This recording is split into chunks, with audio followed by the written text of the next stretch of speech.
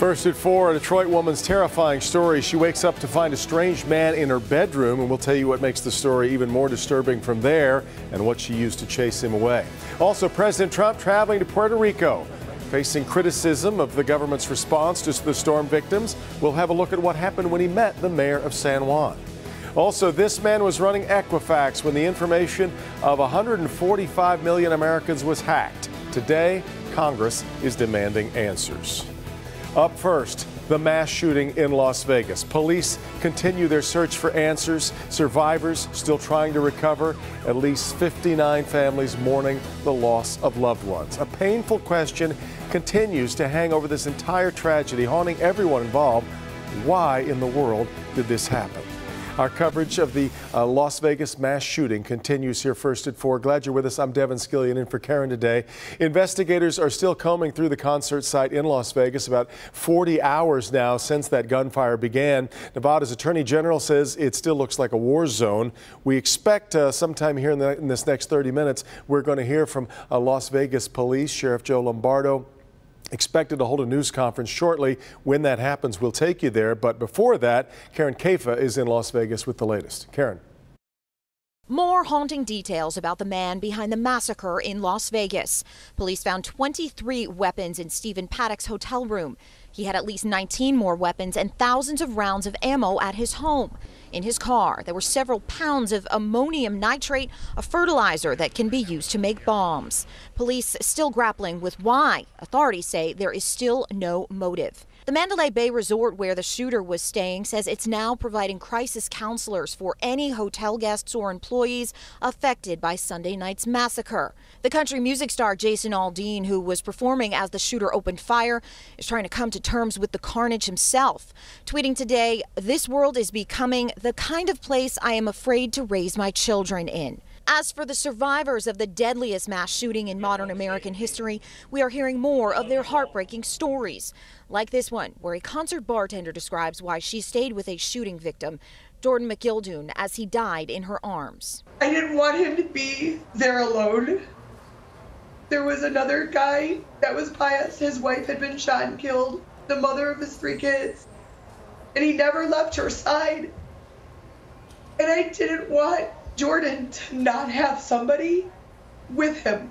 Reporting from Las Vegas, I'm Karen Caifa.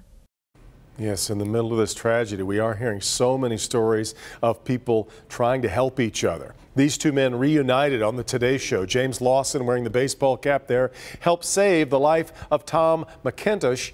He fixed a makeshift tourniquet on Tom's leg. He was actively bleeding, so I adjusted the belt, got it up where it should be, tightened it down. We stopped the bleeding. I think we hung out there for 10-15 minutes, and some savior in a pickup truck came and said, "Do we need a ride?" I said, "Yeah." We threw them all in the bed of the truck and we took off to the hospital. No, I wouldn't have made it. I know I wouldn't have. So, I'm very thankful that James was there and to help me.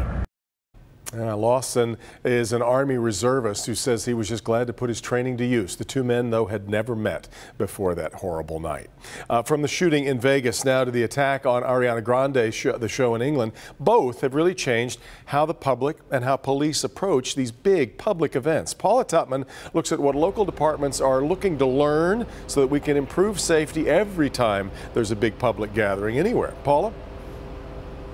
Absolutely, Devin, because even though we're still asking that question, why did this happen? An even more important question for law enforcement can be, what can we learn from this event? And apparently, it's plenty. While the public is transfixed on details of a mass shooting like Las Vegas, who was the suspect? What were his motives? Safety officials are transfixed on those details too, as well as a host of other items like, as the crowd scattered, what went right, what went wrong? As first responders responded, what went right, what went wrong? What's more important than just responding and mitigating a threat is the prevention. How do we prevent it so that there can't be a reoccurrence? Each headline-grabbing, terrifying ordeal actually becomes learnable moments for the men and women who stay up at night figuring out how to keep our large-scale events safe. It's constantly an evolution. We modify our safety and security plans, how the world affects us, what's going on. We look at threats and vulnerabilities, and we build a multi-tiered safety and security plan to counteract those threats. The city of Ann Arbor has more than 100 large-scale big public draw events a year. At the Division of Public Safety and Security for the University of Michigan, contingency plans have been in place for years. We have a professional staff that's very thorough in what they do, with a lot of experience. This week, more tweaking that the public may or may not notice. But their safety actually begins when the event organizers come to the table with a proposal. Safety planners already know if there will be, say, pyrotechnics and fireworks planned and when, so that those sounds are baked into what's in place and what's out of place. Will there be drones or other technology at play? They know what roads will be shut down. They know visitors will be lost, and they know how to keep those confused drivers moving. No unauthorized stopped cars will be tolerated. We're in some very difficult times, challenging times, observing, remaining aware, protecting each other. We are in this together.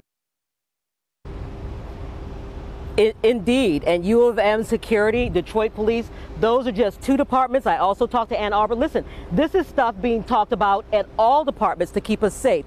Back here at Detroit Police headquarters, you can see the flags are half staff remembering the victims, and that begs the question, Devin, what can people, the public, learn from this event? Yeah. Stay with us at 6 o'clock. Really, some very interesting tidbits that I hadn't heard before, just based on this last shooting, on how we can keep ourselves safe.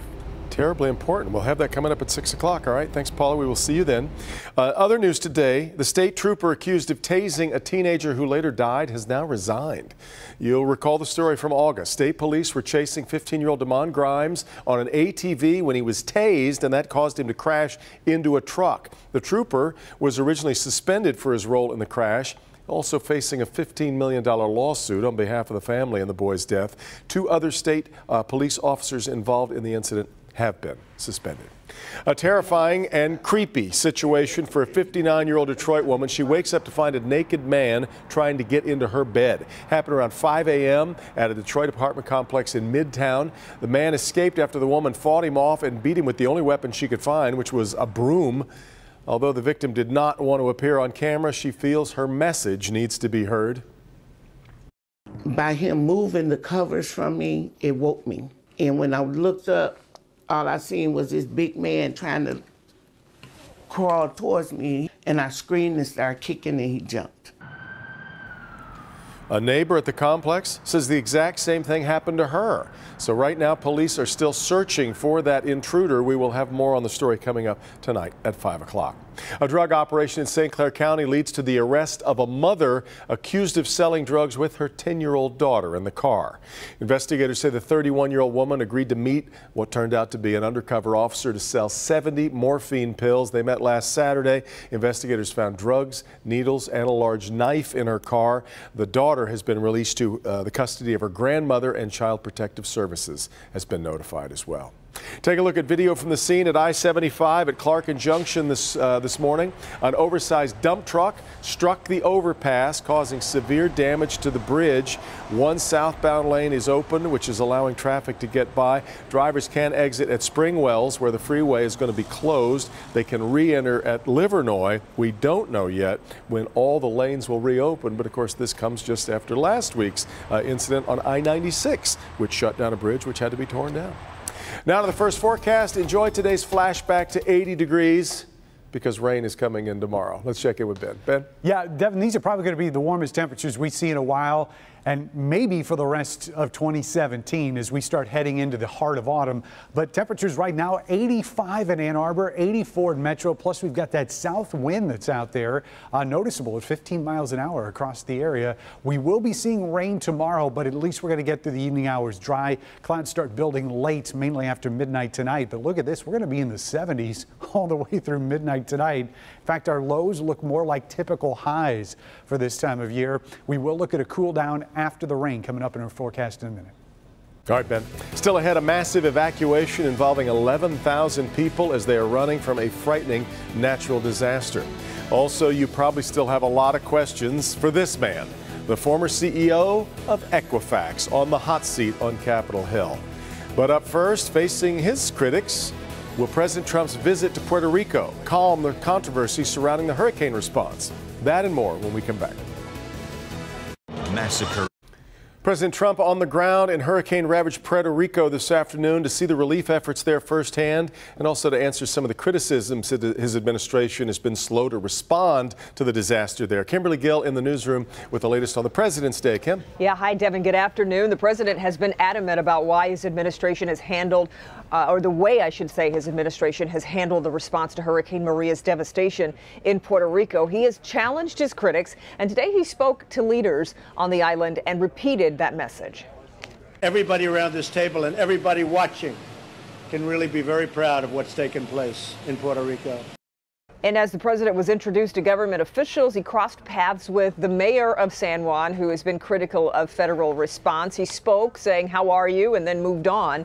The president later toured neighborhoods and spoke with residents, telling them that more help is on the way.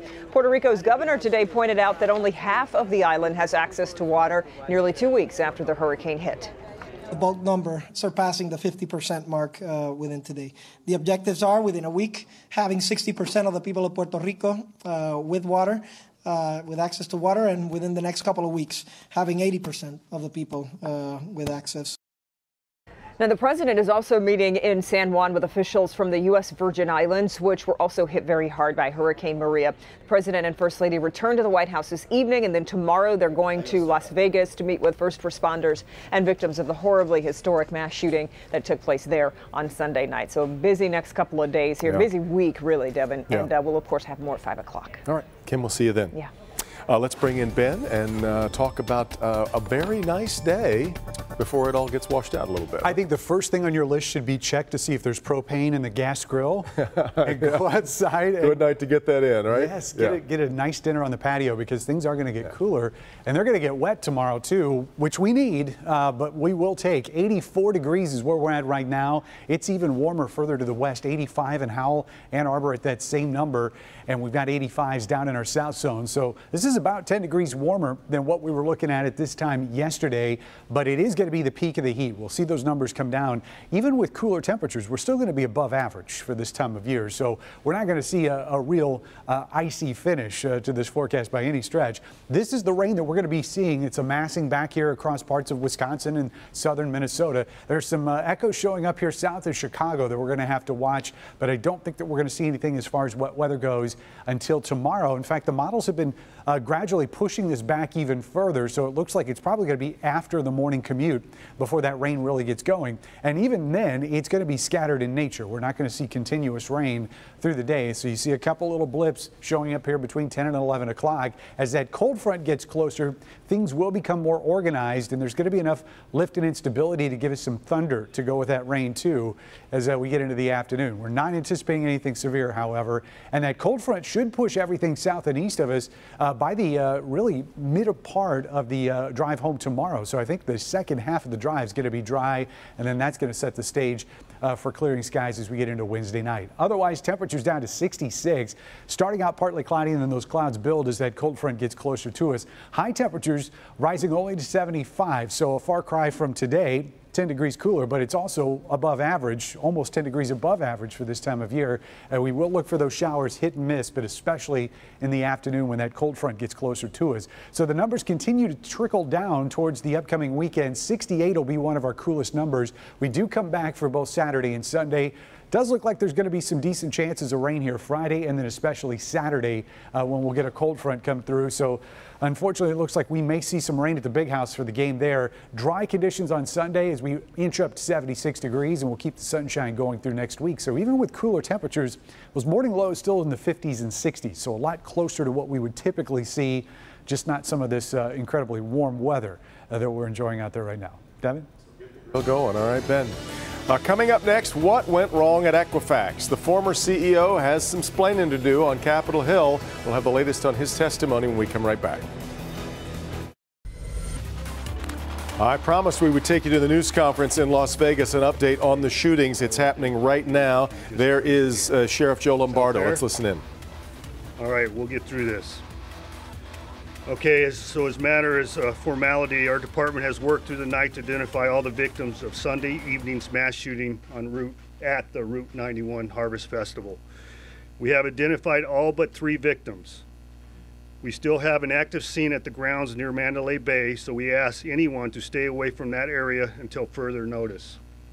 The FBI is working diligently to clear that scene. So the question is the FBI versus us. We have partnered with the FBI, as I said from the very beginning of this, in the investigative phase. The FBI has brought a large amount of resources out of Washington, D.C. to assist us with that.